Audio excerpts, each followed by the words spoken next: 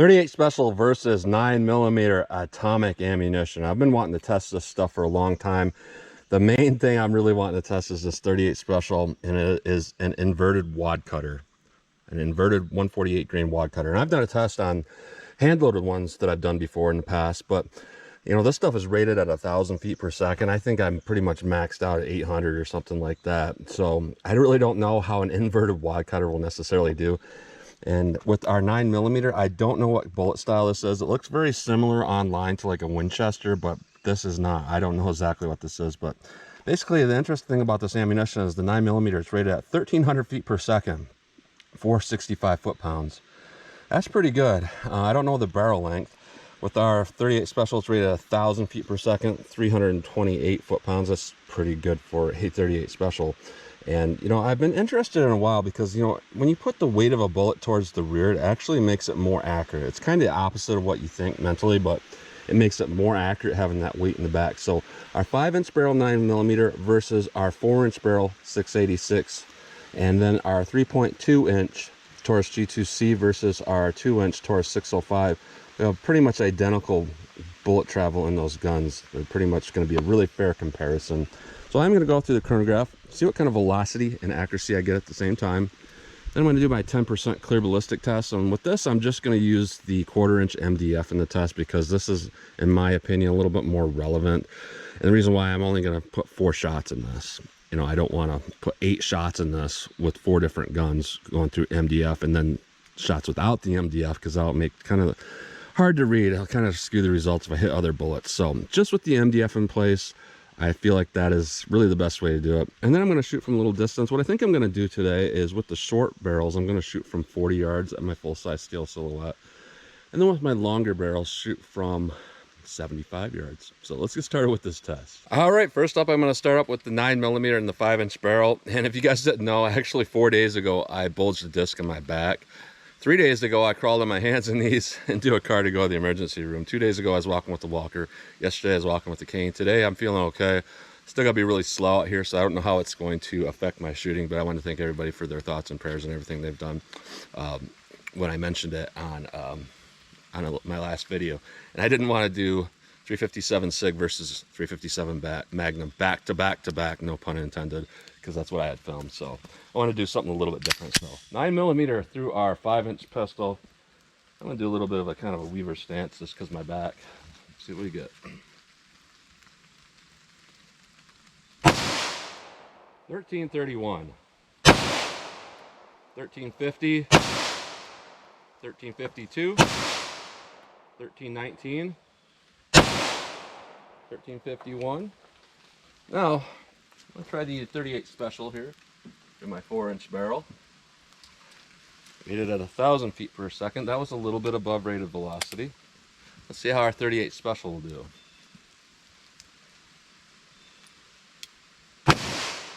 953, 968, 981, 934, 971. A little bit smoky. And I did want to thank my Patreon, Dan. He actually gave me a new firing pin.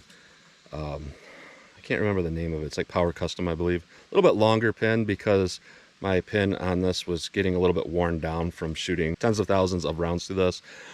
And some of the Buffalo Bore ammo that had like rifle primers were getting light strikes. So he supplied that. It's pretty easy to put in. And it seems like it's doing pretty well. Nice solid hits on these primers.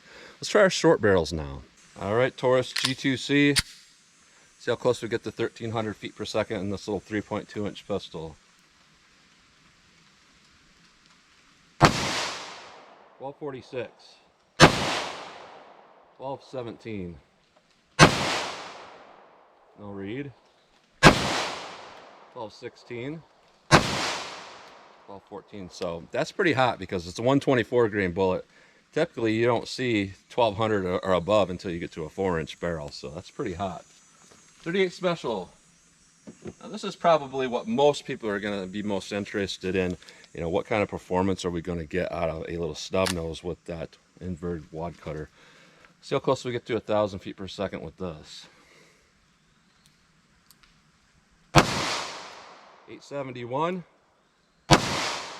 872, 859, 806, 876. So we had one that was a really low velocity, but you know, this is a plus P and it kind of feels about like a plus P. You know, if you're going to shoot a 125 through a 158 grain standard plus P, you're going to feel about the amount of recoil this had. So it was pretty manageable and mild to shoot. So let's hit our ballistics gel block with these and see what we get. All right, first up we have our 9mm+P through our 5-inch barrel. We're just going to do the MDF shot. So let's see how our 9mm will do. All right, let's try our 38 Special. All right, 38 Special 4-inch barrel. Let's see how this one will do. Let's go take a look.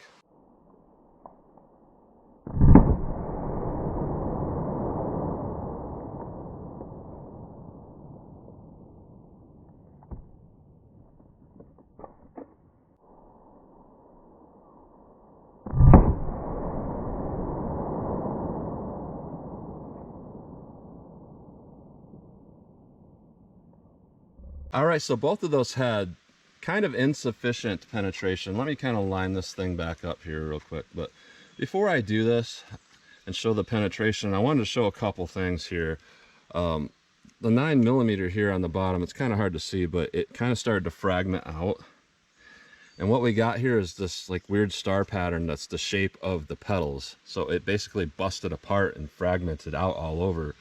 And our 38 Special's above that. So our block's moved a little bit. Let's move this back so we can get a accurate penetration number here. So what we're looking at with our 9mm is we penetrated to about 10 3/4 inches, with our 38 Special about 8.5. You know, both of those impacted with a lot of force, but really that's insufficient penetration.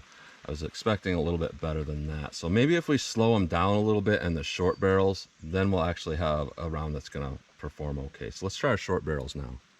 All right, short barreled 9mm. We're going to bring this velocity down closer to 1,200 feet per second. That might make a difference here. Let's see what we got with our 9mm. Let's try our 38 and our snub now. All right, 38 Special 2-inch barrel. Let's see how this will do.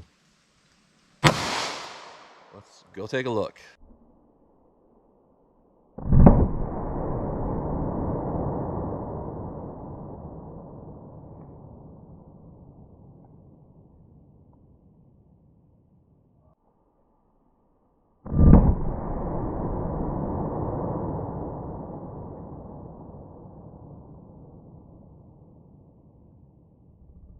All right, so that's very interesting performance.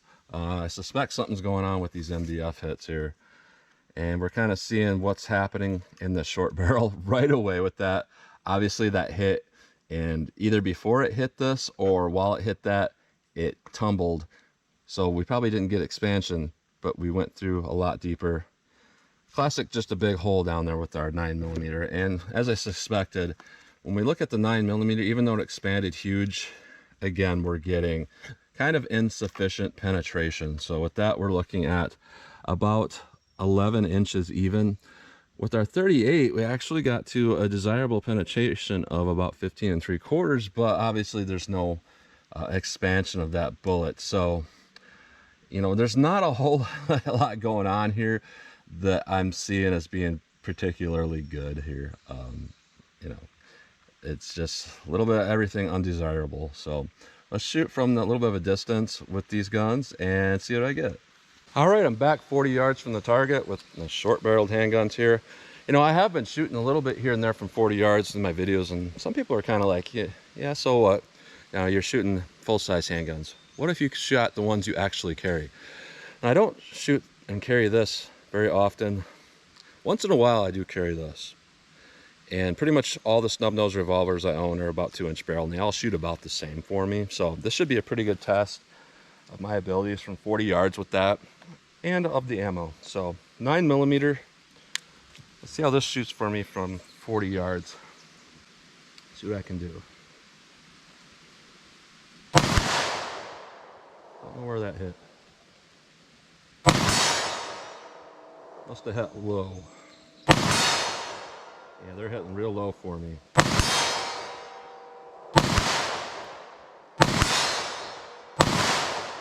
Pulling those shots. I'm not very good with this pistol. I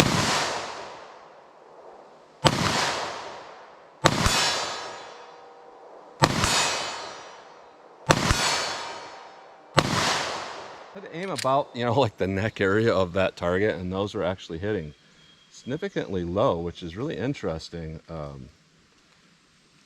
This gun doesn't even have adjustable sights for elevation, so that's weird. So now I'm going to move on to, if I can find a place for this other pistol, to my snub nose, what I normally would shoot or carry. So let's see how this will do for me. Let's see if these rounds with the weight being in the back will make them accurate.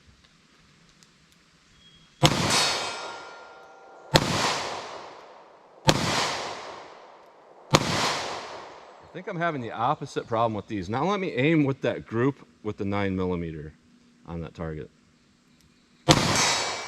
Yeah, so these are completely the opposite. These are hitting extremely high. That's an excellent shot, but that's not where I'm aiming. I was aiming about 2.5 feet low. So that's not particularly a good thing. So let me put some reloads in here. I just want to see if these would reload, and not very easily. They are Starline nickel plated, so they drop in once they go in, but they don't want to go in very easily. So I'm going to keep aiming. Actually, I'm going to aim below the target at about maybe 6 inches below the entire silhouette.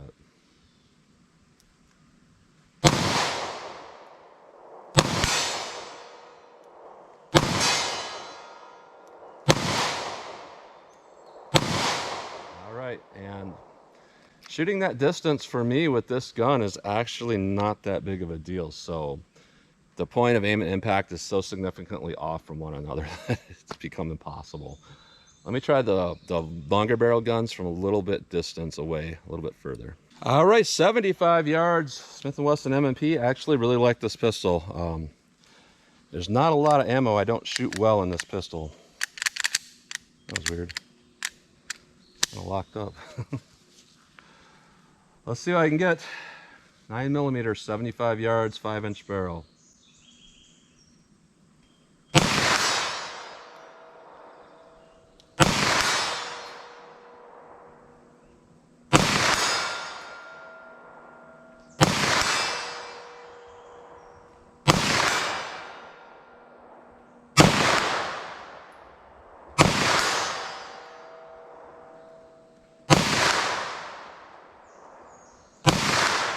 I can definitely feel that I'm going to miss those shots the second I pull those. So I'm not going to straight back trigger press as well as I want.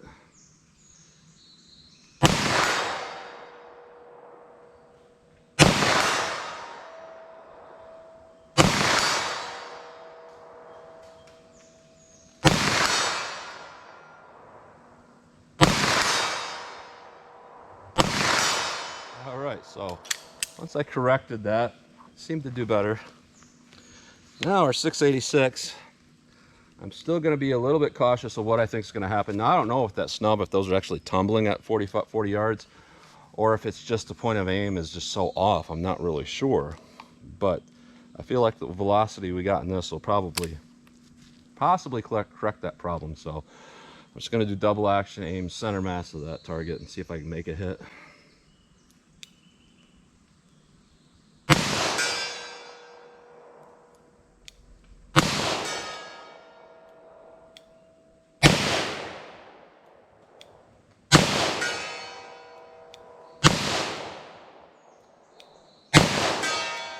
Yeah, the same thing there. The shots I missed, I knew I missed them immediately.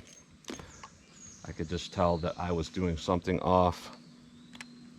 And part of it's, my back hurts a little bit. So, I'm gonna keep trying. This time I'll focus a little better, do a little bit slower.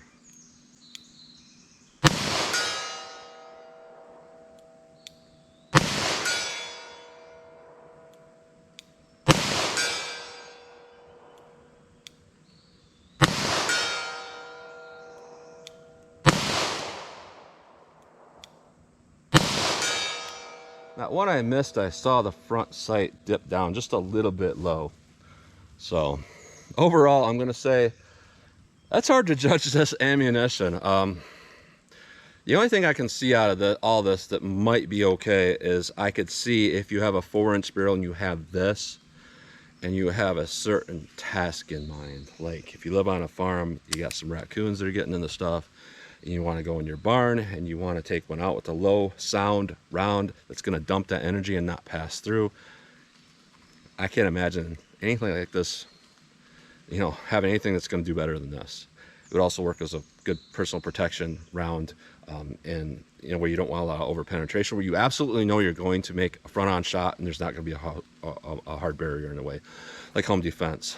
Now, as far as whether this would stop in a wall or something better than something else, maybe, but that's one thing people have to understand. Sometimes they get it wrong. They think if you get big expansion in gel, that means it's going to big expand in wall material, and really that's not how it works. But being a pretty soft bullet, it probably would make an excellent home defense gun, where you're going to be around, where you're going to be really close up, make sure you make that front on shot, etc.